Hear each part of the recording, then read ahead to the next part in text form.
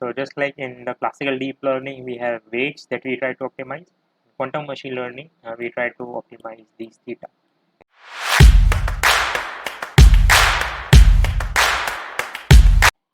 So welcome to week number 12 of Visually Understanding Quantum Computing. And today we are about to study three quantum gates, the Rx gate, the Ry gate, and the Rz gate. So first we will visualize all of them, and then we will dive into the mathematical aspect of these gates. So first, let's get to Rx gate.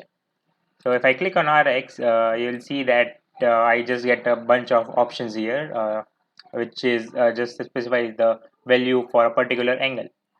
So talking about the Rx gate, it gives a custom rotation about x-axis. So if you remember the X gate or the quantum NOT gate, it just gave you a direct rotation about x-axis of pi radians. But what if you want some other angle? Okay, what if you want a custom rotation? So in such case, you will use Rx gate, and I've just discretized this possibility of these values for just for a better user experience. But if you want to change it or do something else with it, I recommend you the 4-hour long video on this channel that will help you to build this entire thing from scratch. So which is nothing but this entire file that you see. So 270 lines of code. But apart from that, the video also covers the basics of quantum. Okay, so even if you don't have background in quantum, or you don't know what's quantum, you can still get started with it. So okay, let me just choose a value for value theta. So let's go for minus pi, and I'll just visualize this.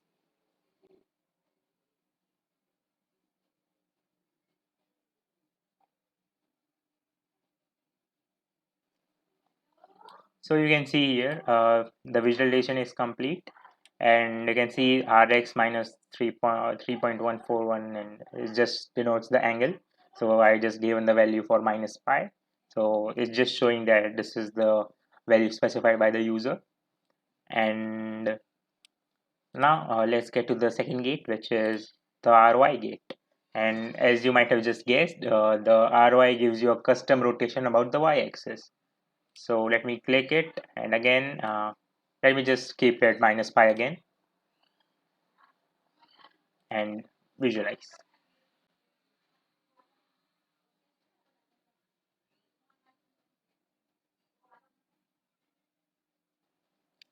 Again, so again it ends up on 1 cat, but you can just stop this video, rewind a little.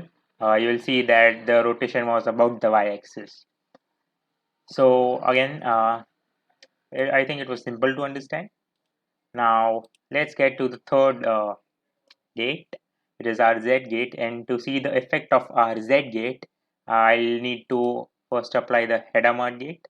Then I'll click on RZ, and again I will click on minus pi, and now visualize.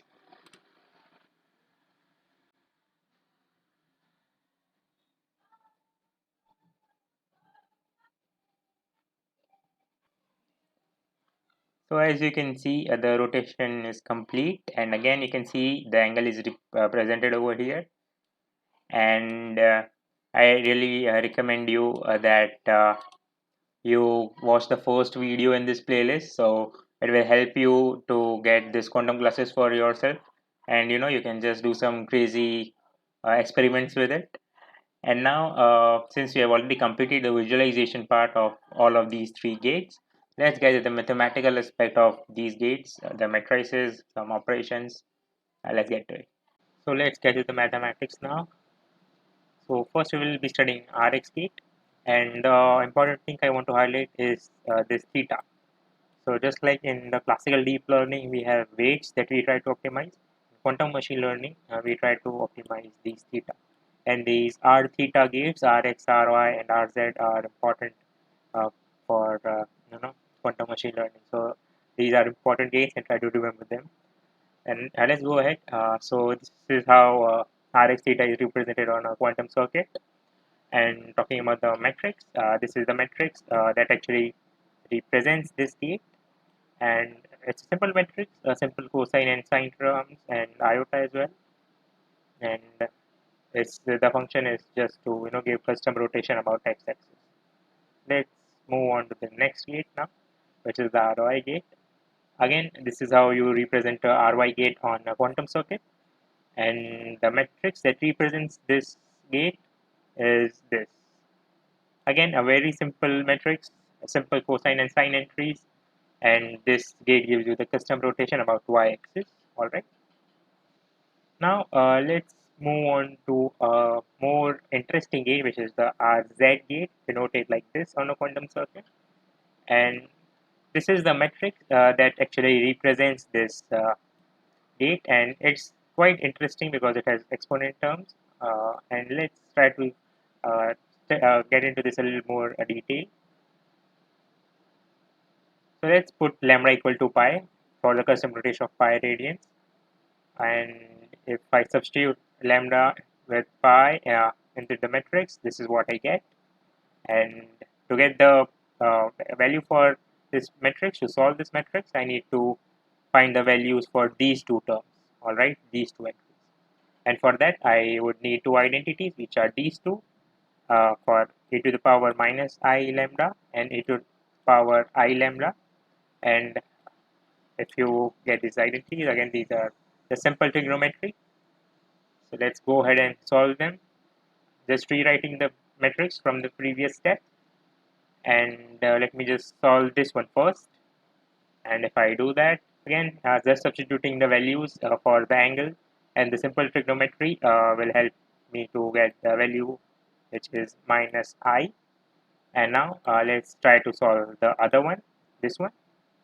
And again, substituting the values, what I get is I. So I've got the two values, minus I and I. So now let's get to the final matrix that we get after substituting the values, which is nothing but this. Now let us try to write it more creatively by taking the negative iota outside the matrix, and this is what we get after that. And now if you carefully observe this matrix here, it is nothing but the matrix that actually represents the Z gate. Alright. And talking about the Z gate, it is the gate that gives the custom rotation of pi radians about the Z axis, which is nothing but the case that you have took here. Alright. So you might just say that why this difference in the matrix, alright. But know that this is just a global phase difference, so it doesn't matter a lot. And if you still have doubts about it, don't worry. In the next week, we will be programming a quantum circuit directly on a real quantum computer. So that will clear all your doubts. And for now, I think this is the end for the video. But I will meet you next time in the next video. Until then, take care.